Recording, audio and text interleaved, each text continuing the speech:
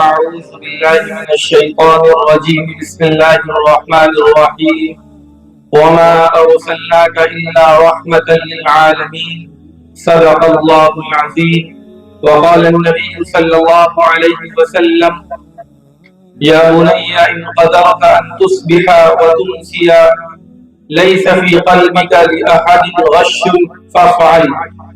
ثم قال يا بني وذلك من سنتي ومن أحيا من سنتي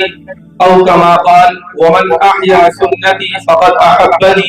ومن أحبني كان معي في الجنة أو كما قال رسول الله صلى الله عليه وسلم. وفي الحديث قصة طويلة. رب اشرح لي صدري ويسر لي أمري واحلل عقدة من لساني يفقهوا قولي رب زدني علما. خدا کا ذکر کرے ذکر مصطفیٰ نہ کرے، خدا کا ذکر کرے ذکر مصطفیٰ نہ کرے، ہمارے منہ میں ہو ایسی زباں خدا نہ کرے، ہمارے منہ میں ہو ایسی زباں خدا نہ کرے. حضرات علماء کرام، اساتذہ اعزام، مہمانان، بزرگوں، دوستوں، پیارے عزیز دینی اسلامی بھائیوں، آج کی مجلس کا تعلق ہم سب کے آقا و مولا، دو جہاں کے سردار، شہنشاہ مطحہ، تاجدار مدینہ، احمد مجتبی محمد مصطفیٰ سرور کونین صلی اللہ علیہ وسلم کی سیرت سے متعلق ہے. آپ صلی اللہ علیہ وسلم کی سیرت کا تذکرہ ایک انسان کے لیے بہت عظیم سعادت ہے، اور اس روئے زمین کے اندر نبی اکرم سرور عالم صلی اللہ علیہ وسلم کی سیرت کا تذکرہ جتنا زیادہ باعث اجر و ثواب اور جتنا زیادہ باعث خیر و برکت ہے، اتنا کسی اور شخصیت کا تذکرہ باعث اجر و ثواب اور باعث خیر و برکت نہیں ہو سکتا. آپ صلی اللہ علیہ وسلم کی صورت کا، آپ کی سیرت کا، آپ کی سوانح کا، آپ کی آٹوبایوگرافی کا اور آپ کے خلیہ مبارکہ کا تذکرہ کرنا ہم سب کی سعادت بلکہ ہمارے ایمان اور اسلام کی روح ہے. آپ صلی اللہ علیہ وسلم کی ولادت، آپ صلی اللہ علیہ وسلم کا بچپن، آپ صلی اللہ علیہ وسلم کا شباب اور جوانی، آپ صلی اللہ علیہ وسلم کی بعثت، آپ صلی اللہ علیہ وسلم کی عبادت اور نماز، آپ صلی اللہ علیہ وسلم کا زہد اور تقوی،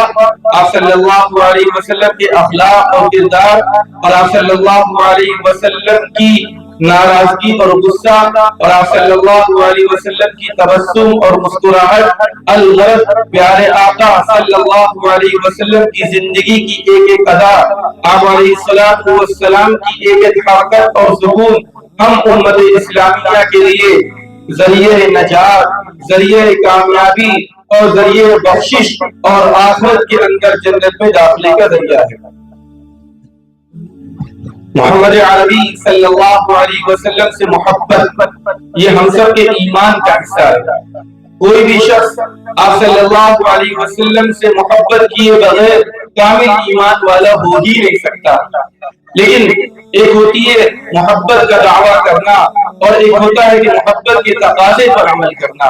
کامل محبت اس وقت کہلائے گی جب محبوب کی تعلیمات سے قریب کر دے. کامل محبت اس وقت کہلائے گی جب محبوب کا مقبول بنا دے. کامیاب محبت اس وقت کہلائے گی کہ محبوب صلی اللہ علیہ وسلم جس مشن کو لے کر، جس مقصد کو لے کر اور جس ارادے اور جس ٹاسک اور جس ٹارگیٹ کو لے کر اس روئے زمین کے تشریف فرما ہوئے، اس مشن کو ہم میں سے ایک فرد مضبوطی سے تھام لے اور آپ صلی اللہ علیہ وسلم نے جو خواب دیکھے ان خوابوں کی تعبیر بن جائے. آپ صلی اللہ علیہ وسلم کی جو خواہشات ہیں ان خواہشات کی تکمیل کا ذریعہ بن جائے. ہم لوگ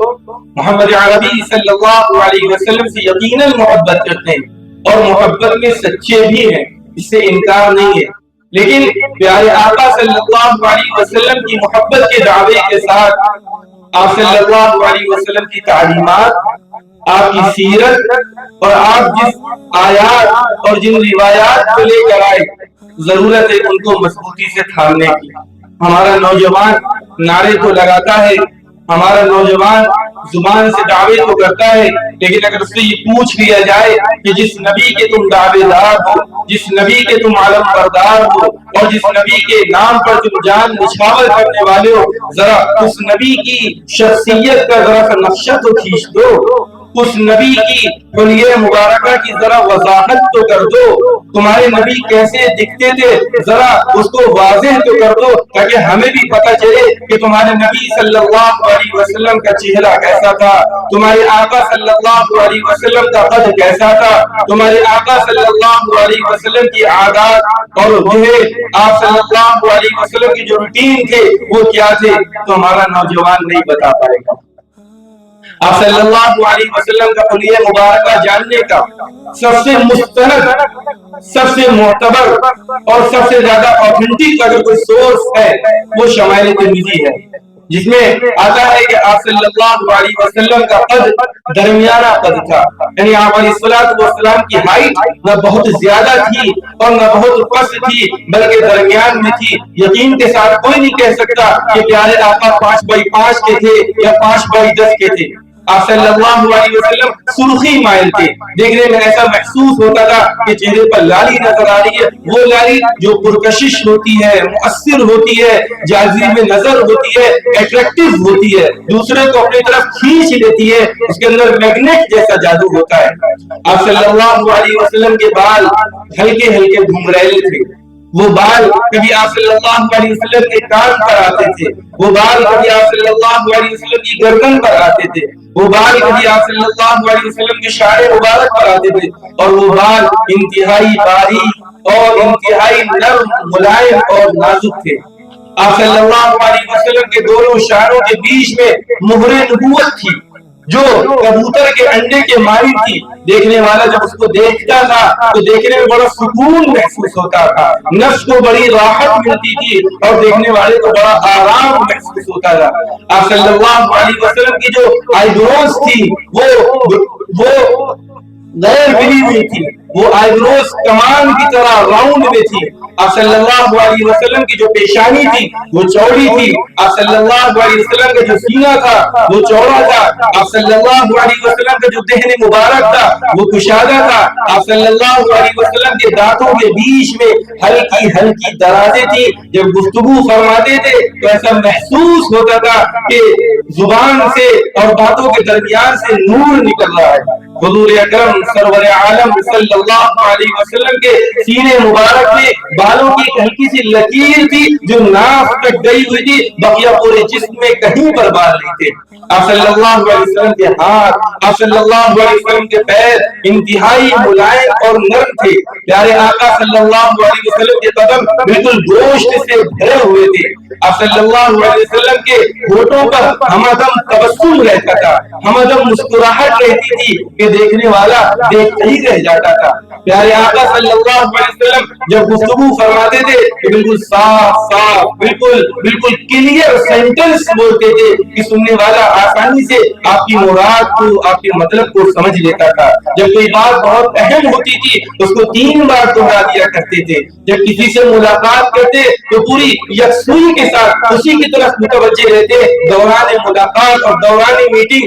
دائیں طرف، بائیں طرف، اوپر کی طرف یا نیچے کی طرف یا کسی اور طرف جو ہے متوجہ نہیں ہوتے تھے۔ حضور اکرم سرور عالم صلی اللہ علیہ وسلم جب راستہ چلتے تھے تو بالکل سیدھا دیکھتے تھے، نہ دائیں طرف مڑا کرتے تھے نہ بائیں طرف مڑا کرتے تھے، نہ آسمان کی طرف دیکھتے تھے۔ جب چلتے تھے تو قدم مبارک کو اتنی متانت کے ساتھ رکھتے تھے کہ رفتار خوددارانہ،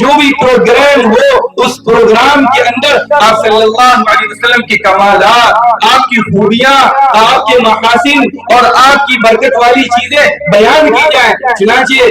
صحابہ کرام، تابعین عظام، سلف صالحین، ائمہ اربع، بزرگان دین، اولیاء اللہ کا یہی طریقہ، یہی معمول رہتا تھا۔ جس مجلس میں بیٹھتے تھے محمد عربی صلی اللہ علیہ وسلم کی سیرت کے گن گایا کرتے تھے، جہاں بھی جایا کرتے تھے آپ صلی اللہ علیہ وسلم کی پوری شریعت پر ایک دوسرے سے مذاکرہ کرتے رہتے تھے، اس کا تبادلہ خیال کرتے رہتے تھے۔ اس کا فائدہ قرآن پاک نے بیان کیا، وَذَكِّرْ فَإِنَّ الذِّكْرَىٰ تَنفَعُ الْمُؤْمِنِينَ۔ آپس میں اچھی چیزوں کا تبادلہ کرنا، آپس میں ایک دوسرے کو اچھی باتوں کو بتانا، یہ انتہائی نفع بخش ہے اور ہر ایک کو دوسرے کے لیے مذہب اسلام پر ثابت قدمی کا ذریعہ ہے۔ لیکن حضور اکرم صلی اللہ علیہ وسلم کی ولادت کا مہینہ بھی یہی ماہ ربیع الاول کا مہینہ ہے۔ آپ صلی اللہ علیہ وسلم کی وفات کا مہینہ بھی یہی ماہ ربیع الاول کا مہینہ ہے۔ پیارے آقا کی ولادت اور پیارے آقا کی وفات دونوں اسی ماہ ربیع الاول کے اندر ہوئی ہے۔ حضور علیہ السلام کس دن پیدا ہوئے؟ مسلم شریف کی روایت ہے، پیارے آقا فرماتے ہیں ولدت یوم الاثنین، میری ولادت، میری برتھ پیر کے دن ہوئی ہے، میری پیدائش کا دن منڈے ہے۔ لیکن اس منڈے کے دن تاریخ کیا ہے، اس کے سلسلے میں یقین کے ساتھ کسی کو علم نہیں۔ دن تو یقین کے ساتھ سب کو معلوم ہے، لیکن تاریخ یقین کے ساتھ کسی کو نہیں معلوم۔ اس سلسلے میں کئی ایک اقوال ہیں۔ ایک قول ہے کہ پیارے آقا کی ولادت 8 ربیع الاول کو ہوئی، ایک قول ہے کہ پیارے آقا کی ولادت 9 ربیع الاول کو ہوئی، ایک قول ہے کہ پیارے آقا کی ولادت 12 ربیع الاول کو ہوئی، ایک قول ہے کہ پیارے آقا کی ولادت 17 ربیع الاول کو ہوئی۔ اس طریقے سے اور بھی کئی اقوال ہیں، البتہ لوگوں میں مشہور یہ ہے کہ پیارے آقا کی ولادت 12 ربیع الاول کو ہے۔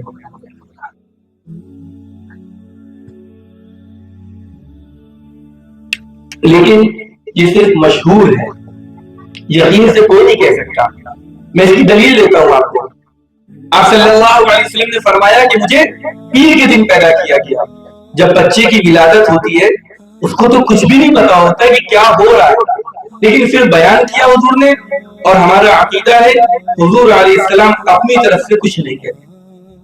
وَمَا يَنْطِقُ عَنِ الْهَوَىٰ إِنْ هُوَ إِلَّا وَحْيٌ يُوحَىٰ۔ پیارے آقا کا جو بھی کلام ہوتا ہے وہ وحی ربانی اور وحی الہی ہوا کرتا ہے۔ تو اللہ تعالیٰ نے چاہا کہ امت کے سامنے آ جائے کہ پیارے آقا کی پیدائش کا دن کون سا ہے، تو وہ دن ہمارے سامنے پیر اور منڈے کی شکل میں آ گیا۔ لیکن اللہ تعالیٰ نے تاریخ بتلانا نہیں چاہا، اس وجہ سے ہمارے سامنے یقین کے ساتھ تاریخ نہیں ہے۔ ورنہ آپ خود سوچئے اگر اللہ تعالیٰ یہ چاہتے کہ لوگوں کے سامنے پیارے آقا کی پیدائش کے دن کی تاریخ بھی آ جائے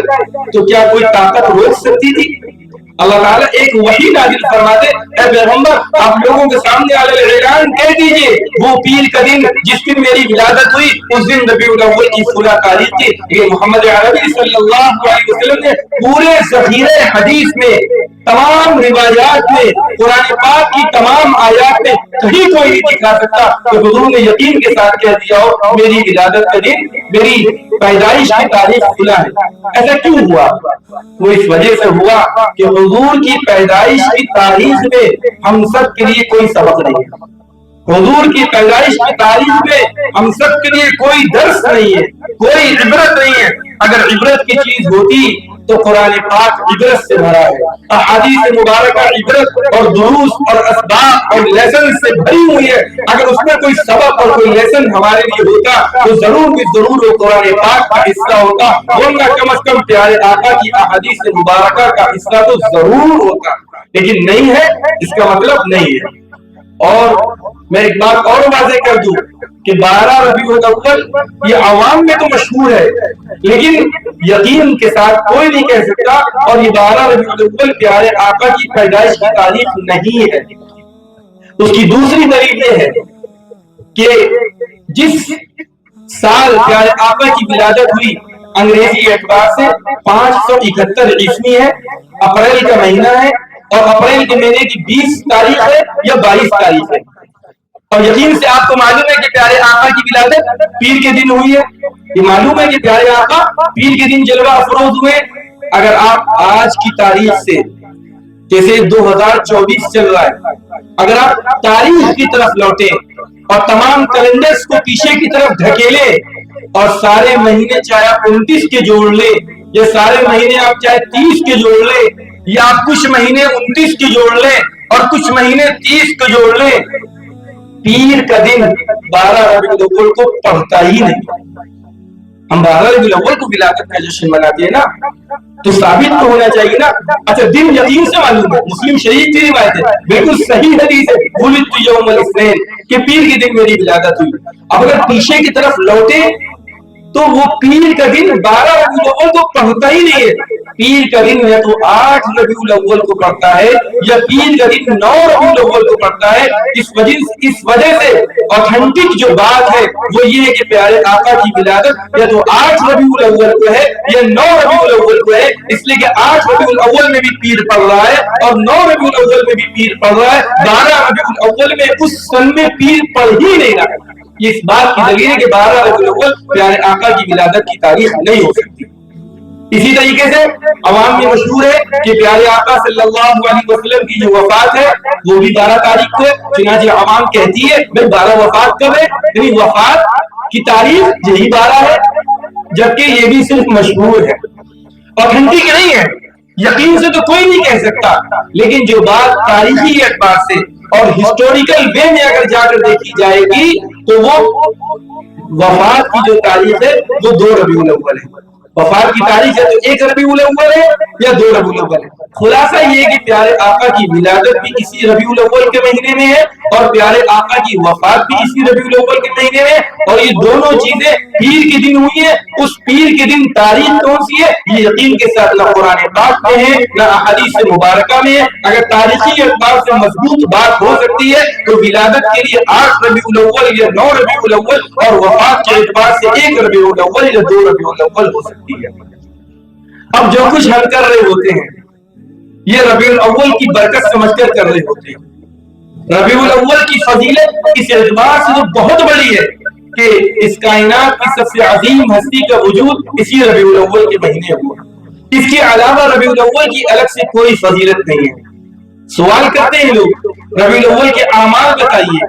ربیع الاول کی مسنون چیزیں بتائیے, ربیع الاول میں ہم کون سی عبادت کریں ذرا آپ بتائیے. تو آپ اپنے دل میں اس بات کو بٹھا لیجئے ربیع الاول میں کوئی مخصوص عمل نہیں ہے, ربیع الاول کا کوئی عمل مسنون نہیں ہے. جس طریقے سے عام مہینے ہیں اسی طریقے سے ربیع الاول کا مہینہ ہے. جس طریقے سے رمضان المبارک کے اندر یا محرم الحرام میں مخصوص عبادتیں ہیں, چاہے وہ فرائض کے قبیل سے ہو چاہے وہ نوافل کے قبیل سے ہو, لیکن ربیع الاول کا کوئی مخصوص عمل نہیں ہے. بعض لوگ 12 ربیع الاول کو روزہ رکھتے ہیں, کہتے ہیں پیارے آقا کی پیدائش کی تاریخ ہے, اس دن ہم روزے کی حالت میں گزاریں گے. خوب یاد رکھیے اس طریقے کی بات کسی آیت سے نہیں ملتی ہے اور کسی حدیث سے نہیں ملتی ہے کہ حضور کی پیدائش کے دن یعنی حضور کی پیدائش کی تاریخ میں روزہ رکھا جائے. قرآن پاک کی آیات آپ صلی اللہ علیہ وسلم کی روایات کی روشنی میں ربیع الاول کا کوئی خاص سمجھ نہیں ہے. جو اعمال عام دنوں میں کر سکتے ہیں وہ ہم ان دنوں میں بھی کر سکتے ہیں. درود شریف کی کثرت عام دنوں میں بھی مطلوب ہے, اسی ان دنوں میں بھی مطلوب ہے. آپ صلی اللہ علیہ وسلم کی سیرت کا تذکرہ عام دنوں میں بھی مطلوب ہے, ان دنوں میں بھی مطلوب ہے. آپ صلی اللہ علیہ وسلم کی تعلیمات کو اپنی زندگی میں جاری کرنا یہ عام دنوں میں بھی مطلوب ہے, ان دنوں میں بھی مطلوب ہے. آپ صلی اللہ علیہ وسلم سے عشق میں گہرائی اور گہرائی پیدا کرنا عام دنوں میں بھی مطلوب ہے, اس ربیع الاول کے دنوں کے میں بھی مطلوب ہے. لیکن جو کچھ ہم کر رہے ہیں یہ محبت کے نام پر کر رہے ہیں, یہ محبت کے نام پر کر رہے ہیں. ایک حدیث میں نے آپ کے سامنے پڑھی ہے, حضور اکرم سرور عالم صلی اللہ علیہ وسلم نے حضرت انس بن مالک رضی اللہ عنہ سے فرمایا, اے میرے بیٹے ان قدرت ان تصبح او تمسی لیس فی قلبک لأحد غش فافعل. اگر تم صبح اور شام اس حال میں کر سکتے ہو کہ تمہارے دل میں کسی کے لیے بغض نہ ہو, تمہارے دل میں کسی کے لیے حسد نہ ہو, تمہارے دل میں کسی کے لیے دشمنی نہ ہو, تمہارے دل میں کسی کے لیے برے جذبات نہ ہو, اگر تمہاری صبح اور تمہاری شام اس حال میں ہو سکتی ہے تو ایسا کر گزرو. اور فرمایا یا بنیا، اے میرے بیٹے، ذالک من سنتی، دل کو صاف رکھنا، سینے کو پاک رکھنا دوسرے کے حسد سے، دوسرے کی جلن اور کینہ اور کپٹ، اس کی دشمنی سے، یہ میرا طریقہ ہے اور یہ میری سنت ہے. اور پھر آگے کا جملہ فرمایا ومن احیا سنتی فقد احبنی، جس نے میرے طریقہ کو زندہ کیا، جس نے میرے طریقے کو جاری کیا، در حقیقت اس شخص نے مجھ سے محبت کی، اور جس نے مجھ سے محبت کی تو وہ میرے ساتھ جنت میں ہوگا. پیارے آقا جنت میں ہوں گے، جنت الفردوس میں ہوں گے، جنت الفردوس کے اعلیٰ مقام میں ہوں گے، جنت کے بالا خانوں میں ہوں گے. تو وہ شخص جس نے نبی پاک صلی اللہ علیہ وسلم کی سنت پر عمل کرتے ہوئے اپنے سینے کو گندگی سے، آلائش سے، ناپاکی سے، نفرتوں سے، خدورتوں سے، گندگیوں سے پاک و صاف رکھا، تو اس کی دوستی محمد عربی صلی اللہ علیہ وسلم کے ساتھ ہے، اور اس کی صحبت پیارے آقا صلی اللہ علیہ وسلم کے ساتھ جنت الفردوس کے اندر ہوگی. آج جو کچھ ہم کر رہے ہیں پیارے آقا صلی اللہ علیہ وسلم کی محبت کے نتیجے میں کر رہے ہیں. سوال یہ پیدا ہوتا ہے کہ محبت کی یہ شکل اختیار کرنا شریعت کی روشنی میں کہاں تک درست ہے اور کہاں تک درست نہیں ہے. اگر اس کا جائزہ لیا جائے کہ آج کل کے دنوں میں ہمارے معاشرے میں جو چیزیں چل رہی ہیں یہ درست ہے یا غلط ہے، تو ہم یوں کہیں گے اگر یہ چیز دین ہوتی تو قرآن پاک میں موجود ہوتی، اگر یہ چیز دین ہوتی تو آپ صلی اللہ علیہ وسلم کی حدیثوں میں ہوتی، اگر یہ چیزیں دین ہوتی تو صحابہ کرام کی سیرت میں ہوتی، اگر یہ چیز دین ہوتی تو حضرات حسن اور حضرات حسین کی سیرت میں ہوتی، اگر یہ چیز دین ہوتی تو حضرات تابعین کی زندگی میں ہوتی، اگر یہ چیز دین ہوتی تو حضور صلی اللہ علیہ وسلم زندگی میں اس کی وصیت کر کے جاتے. آپ کو معلوم ہوگا آپ صلی اللہ علیہ وسلم 10 محرم کو روزہ رکھا کرتے تھے، مدینے پاک کو تشریف لائے 10 محرم کو روزہ رکھتے تھے. صحابہ کرام نے بیان کیا اے اللہ کے رسول اس دن تو یہودی بھی روزہ رکھتے ہیں. حضور نے فرمایا ٹھیک ہے وہ روزہ رکھتے ہیں ان کو بھی رکھنے دیا جائے، لیکن ہمارا عمل ان سے پورے طریقے پر میش نہ کرے، اس وجہ سے آئندہ سے 10 محرم کے ساتھ یا تو 11 محرم کو روزہ رکھا جائے یا 10 محرم کے ساتھ 9 محرم کا روزہ رکھا جائے. یہ بات حدیثوں میں صراحت کے ساتھ موجود ہے. اسی طریقے سے کیا پیارے آقا یہ نہیں کہہ سکتے تھے کہ اگر کوئی میری میلاد کی خوشی میں، اگر کوئی میری پیدائش کے جشن میں آنے والے دنوں میں لائٹنگ کرے، آنے والے دنوں میں اس طریقے کا چراغاں کرے، آنے والے دنوں میں اس طریقے سے جھنڈوں کو نصب کرے، آنے والے دنوں میں اس طریقے سے مخصوص انداز میں اور مخصوص موسیقی کے ساتھ نعت اور نظم پڑھنے کی کوشش کرے، تو کوئی امت کا فرد اس کو کچھ بھی نہ کہے. وہ جو کچھ کر رہا ہے میری محبت کی بنیاد پر کر رہا ہے اور میری محبت کی بنیاد پر کرنا درست ہے، اس وجہ سے میں یہ بات کہہ کے جا رہا ہوں. لیکن پورے ذخیرہ حدیث میں آپ یہ بات کہیں نہیں دکھا سکتے کہ حضور صلی اللہ علیہ وسلم نے یہ بات کہی ہو. آپ صلی اللہ علیہ وسلم کی پیدائش کا جشن یہ ہم سب کے ایمان کا حصہ ہے. وہ کون سا جشن ہے؟ وہ جشن وہ ہے کہ پیارے آقا کی پیدائش سے پہلے زمانہ کفر و شرک میں تھا، زمانہ ضلالت و گمراہی میں تھا، ہر ایک ظلم و ستم، ظلم و جور، جبر و تشدد، چوری، زناکاری، بدکاری، خوریزی کرتا چلا جا رہا تھا، عورتوں کے حقوق کو پامال کیا جا رہا تھا، قتل اور قتل و غارت گیری بالکل عام تھی. بندہ نہ اللہ کے حق کو ادا کرتا تھا، بندہ نہ بندوں کے حق کو ادا کرتا تھا. اس زمانے جاہلیت میں اللہ تعالیٰ کی طرف سے اس امت پر احسان ہوا کہ عبداللہ کے در یتیم، آمنہ کا لخت جگر، عبد المطلب اور چچا ابو طالب کے گھر پیدا ہوا. اس اعتبار سے جو جشن ہوتا ہے وہ جشن ہمیشہ ہمیش کے لیے، وہ سال کے سارے دنوں کے لیے، وہ سال کے سارے ہفتوں کے لیے، وہ ہر ایک لمحے کے لیے. لیکن اس جشن کے لیے کسی ایک دن کو متعین کر لینا اور اس دن کی بھی ایک رات کو متعین کر لینا اور رات کے بھی چند گھنٹوں کو متعین کر لینا، یہ ملت اسلامیہ کی وہ تعلیم نہیں ہے جس تعلیم کے لیے محمد عربی صلی اللہ علیہ وسلم کو مبعوث کیا گیا. اگر یہ چیز دین ہوتی اور یہ چیز حقیقی محبت ہوتی تو امت میں سب سے زیادہ اللہ کے نبی پر جان نچھاور کرنے والی جو ذات ہے وہ صدیق اکبر رضی اللہ عنہ کی ذات ہے، جن کے بارے میں خود آقا فرما رہے ہیں لو كنت متخذا خلیلا لاتخذت ابا بکر خلیلا، کہ اگر دنیا کے اندر میں کسی سے دوستی کرتا، اگر دنیا کے اندر میں کسی کو اپنا دوست بناتا تو میں صدیق کو اپنا دوست بناتا، لیکن دوستی دل میں صرف ایک اللہ سے ہو سکتی ہے اور میں نے دل میں صرف ایک اللہ سے دوستی کی ہے، اس وجہ سے میرے دل میں صدیق کے لیے بھی خلیل ہونے کی والی گنجائش نہیں ہے۔ تو وہ صدیق جس نے پیارے آقا پر سب کچھ قربان کر دیا، اگر یہ چیز دین کا حصہ ہوتی اور محبت کا اظہار اس لائٹنگ کے انداز میں درست ہوتا تو صدیق اکبر اس طریقے سے جشن میلاد النبی مناتے، عمر بن خطاب مناتے، عثمان بن عفان مناتے، علی بن ابی طالب مناتے، حضرت حسن مناتے، حضرت حسین مناتے۔ پیارے آقا کی بیٹی کو کیا اپنے باپ کی بعثت کے اپنے باپ کو بعثت ملنے کے نتیجے میں کیا خوشی نہیں ہوتی؟ کیا بچوں کو اپنی ماں کے جو کمالات ہوتے ہیں ان کو سن کر خوشی ہونے کا جذبہ نہیں ہوتا؟ اگر ہوتا تو یہ حضرات بیان کرتے، یہ لوگ کرتے، لیکن ان میں سے کسی نے اس طریقے سے جشن نہیں بنایا، ان میں سے کسی نے اس طریقے سے چراغاں نہیں کیا، ان میں سے کسی نے اس طریقے کی لائٹنگ نہیں کی، اس وجہ سے کہ وہ دین کا حصہ نہیں ہے۔ اگر حضور سے محبت کرنا ہے تو حضور فرما رہے میری محبت میری تعلیمات کو پکڑنے میں ہے، میری محبت دل کو برائیوں سے صاف کرنے میں ہے، میری محبت نمازوں کو وقت پر پڑھنے میں ہے، میری محبت معاملات کی درستگی اور صفائی کے اندر ہے، میری محبت اپنے اندر اعلیٰ اخلاق، اعلیٰ کردار، اچھی گفتگو اور اچھے آداب کو اختیار کرنے کے اندر ہے۔ اور یہ جو محبت میرے نام پر کی جا رہی ہے اور دین کے نام پر کی جا رہی ہے، خدا کے واسطے مسلمانوں اس بات کو محفوظ کر لو، یہ دین کے نام پر کی جا رہی ہے لیکن یہ حقیقی دین نہیں ہے۔ حقیقی دین وہی ہے جو قرآن پاک میں ہے، حقیقی دین وہی ہے جو پیارے آقا کی حدیثوں میں ہے، اور یہ جو چیزیں ہم کر رہے ہیں نہ تو یہ قرآن میں ہے نہ تو یہ حدیث میں ہے۔ اور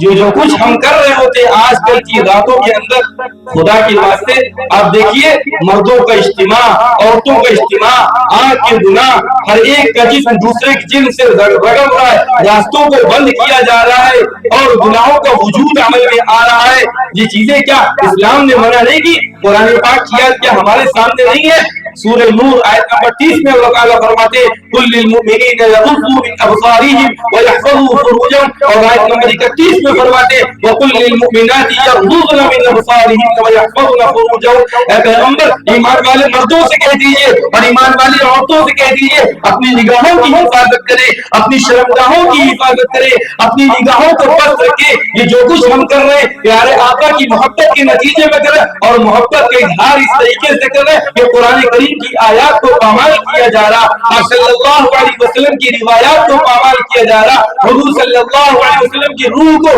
مسخ کرنے کی کوشش کی جا رہی ہے، اور ہم سمجھ رہے ہیں کہ ہم دین کا بڑا کام کر رہے ہیں۔ خدا کے واسطے یہ دین نہیں ہو سکتا۔ یہ دین اور محبت کے اس طریقے سے اظہار یہ نیکیوں کے وجود میں آنے کا ذریعہ نہیں ہے بلکہ گناہوں میں وجود میں آنے کا ذریعہ ہے۔ اور عام طور پر جو طبقہ اور امت کے جو افراد اس طرح کی چیزوں میں حصہ لیتے ہیں، آپ ان کا دینی اسٹیٹس دیکھیے، آپ ان کا دینی لیول دیکھیے، ان کی گفتگو دیکھیے، ذرا سی بات میں ناراض ہو جاتے ہیں، ذرا سی بات میں غصہ ہو جاتے ہیں اور زبان کے اندر شائستگی ختم ہو جاتی ہے، نازیبہ کلمات ان کی زبان پر جاری ہو جاتے ہیں۔ ان کی زندگی میں نماز نہیں، ان کی زندگی میں سچائی نہیں، ان کی زندگی میں پیارے آقا کی سیرت کا حسن نہیں، ان کی گفتگو میں جھوٹ پایا جاتا ہے، ان کی عمل سے چوری پائی جاتی ہے، وہ بسا اوقات شراب پینے کا جرم کر رہے ہوتے ہیں، وہ بسا اوقات لوگوں کی عصمتوں کو لوٹنے کا جرم کر رہے ہوتے ہیں، اور وہی نام نہاد طبقہ اور وہی نام نہاد ٹولہ ان راتوں کے اندر آگے بڑھ بڑھ کر چیزوں کو کر رہا ہوتا ہے۔ ہم صرف یہ کہنا چاہتے ہیں جو لوگ اور جو طبقہ اور امت کے جو افراد اس طرح کی چیزوں میں حصہ لے رہے ہوتے ہیں، عوام اور معاشرے میں بھی ان کا دیندار ہونا معتبر نہیں ہوتا۔ جو لوگ دیندار اور معتبر ہوتے ہیں وہ اس طرح کی چیزوں میں قطعاً حصہ نہیں لیتے۔ اور خاص طور سے جس شہر میں جس ملک میں ہم لوگ رہتے ہیں تو برادران وطن ہیں، ان کے تہوار بھی ہیں، اور مذہب اسلام میں کتنے تہوار ہیں؟ حدیث میں ملتا ہے کہ اسلام میں صرف 2 تہوار ہیں، ایک عید الفطر ہے اور ایک عید الاضحیٰ ہے، اس کے بعد کوئی تیسرا فیسٹیول نہیں ہے، کوئی تیسرا فیسٹیول نہیں ہے۔ اور اس وقت جو کچھ شکل ہم دیکھ رہے ہیں اپنے معاشرے کی، یہ کیا کسی فیسٹیول سے کم ہے؟ یہ کسی تہوار اور کسی عید سے کم ہے؟ اس تہوار اور عید کا تذکرہ تو کہیں نہیں ملتا،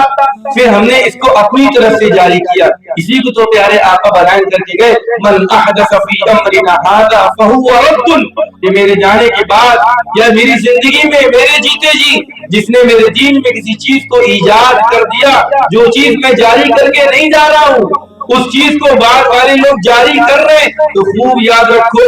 فہو رد، اس کو چھوڑ دیا جائے گا، اس کو نظر انداز کیا جائے گا. وہ چیز مقبول نہیں ہو سکتی، وہ چیز محبوب اور پسندیدہ نہیں ہو سکتی، وہ چیز مبغوض تو ہو سکتی ہے، وہ چیز رسم تو ہو سکتی ہے، وہ چیز بدعت تو ہو سکتی ہے، وہ چیز دین کے نام پر غیر دین تو ہو سکتا ہے، لیکن وہ چیز دین نہیں ہو سکتی ہے. ایک اور حدیث پڑھ کے اپنی بات مکمل کریں گے. ایک حدیث ہے حضرت ابو ہریرہ رضی اللہ عنہ کی روایت ہے کہ آپ صلی اللہ علیہ وسلم نے ارشاد فرمایا، ثلاث من کن فیہ حاسبہ اللہ حسابا یسیرا، کہ تین خوبیاں ایسی ہیں کہ اگر بندہ ان کو اپنے اندر پیدا کر لے تو اللہ تعالیٰ اس کے ساتھ آسان حساب کا فیصلہ فرما دیں گے. صحابہ کرام نے فرمایا، قالوا لمن یا رسول اللہ، اے اللہ کے رسول وہ خوبیاں کون سی ہیں، وہ کمالات کون سے جن کے بارے میں آپ فرما رہے کہ اگر بندہ ان کو اپنے اندر پیدا کر لے تو اللہ تعالیٰ اس کے ساتھ آسان حساب کے فیصلے فرما دیں گے. آپ صلی اللہ علیہ وسلم نے ارشاد فرمایا، تعطی من حرمک وتعفو عمن ظلمک وتصل من قطعک. فرمایا کہ پہلی خوبی تو یہ ہے کہ جو کوئی بندہ تمہیں محروم کرنے کی کوشش کرے، تمہیں دے نہیں رہا ہے، پیسے تمہیں نہیں دے رہا، اچھا عہدہ تمہیں نہیں دے رہا، حالانکہ تم پیسے کے حقدار ہو، حالانکہ تم اس پوسٹ کے ایلیجیبل ہو، اس کے باوجود تم کو نظر انداز کیا جا رہا ہے. لیکن نبی کی سیرت کے نام پر یہ جلسہ ہو رہا ہے. نبی کی سیرت یہ جو تم کو محروم کر رہا ہے، خدا کے واسطے تم اس کو محروم نہ کرنا. اس لیے کہ آپ صلی اللہ علیہ وسلم سے سوال کرنے والا جو بھی ہوتا تھا، آپ صلی اللہ علیہ وسلم ہر ایک کو نواز دیتے تھے. اور دوسری خوبی بیان فرمائی کہ وَتَعْفُوا عَمَّنْ ظَلَمَكَ، کہ جو تمہارے اوپر ظلم کرے، تمہارے مال پر ظلم کرے، جو تمہاری جان پر ظلم کرے، جو تمہارے گھر پر ظلم کرے، جو تمہارے بچوں پر ظلم کرے، خدا کے واسطے تم اس پر ظلم نہ کرنا. اگرچہ قرآن پاک کہہ رہا ہے وَإِنْ عَاقَبْتُمْ فَعَاقِبُوا بِمِثْلِ مَا عُوقِبْتُمْ بِهِ، اگر کوئی تم کو پریشان کرتا ہے تو جتنا وہ پریشان کر رہا ہے اتنا تم بھی اس کو پریشان کر سکتے ہو. لیکن قرآن آگے یہ بھی کہتا ہے وَلَئِنْ صَبَرْتُمْ لَهُوَ خَيْرٌ لِلصَّابِرِينَ، اگر تم نے صبر کر لیا اور صبر کا گھونٹ پی لیا اور سامنے والے کو معاف کر دیا تو در حقیقت تم نے نبی پاک صلی اللہ علیہ وسلم کی سیرت کو مضبوطی سے تھام لیا. اور قرآن پاک کہہ رہا ہے ان ذلک لمن عزم الامور، یہ بڑے ہمت کے کاموں میں سے. اور تیسری خوبی پیارے آقا نے بیان فرمائی، جو تمہارے ساتھ قطع رحمی کرے تم اس کے ساتھ صلہ رحمی کرو. قطع رحمی کس کو کہتے ہیں؟ اگر کوئی میرے گھر تشریف لا رہا ہے اور ہم اس کے گھر جا رہے ہیں، اس کو صلہ رحمی نہیں کہتے، اس کو تو بزنس کہتے. سامنے والے نے میرے اوپر احسان کیا، ہم نے اس پر احسان کر دیا. لیکن اگر کوئی مسلمان قطع رحمی کر رہا ہے، یعنی کہہ رہا ہے کہ آج سے ہم تم سے نہیں ملیں گے،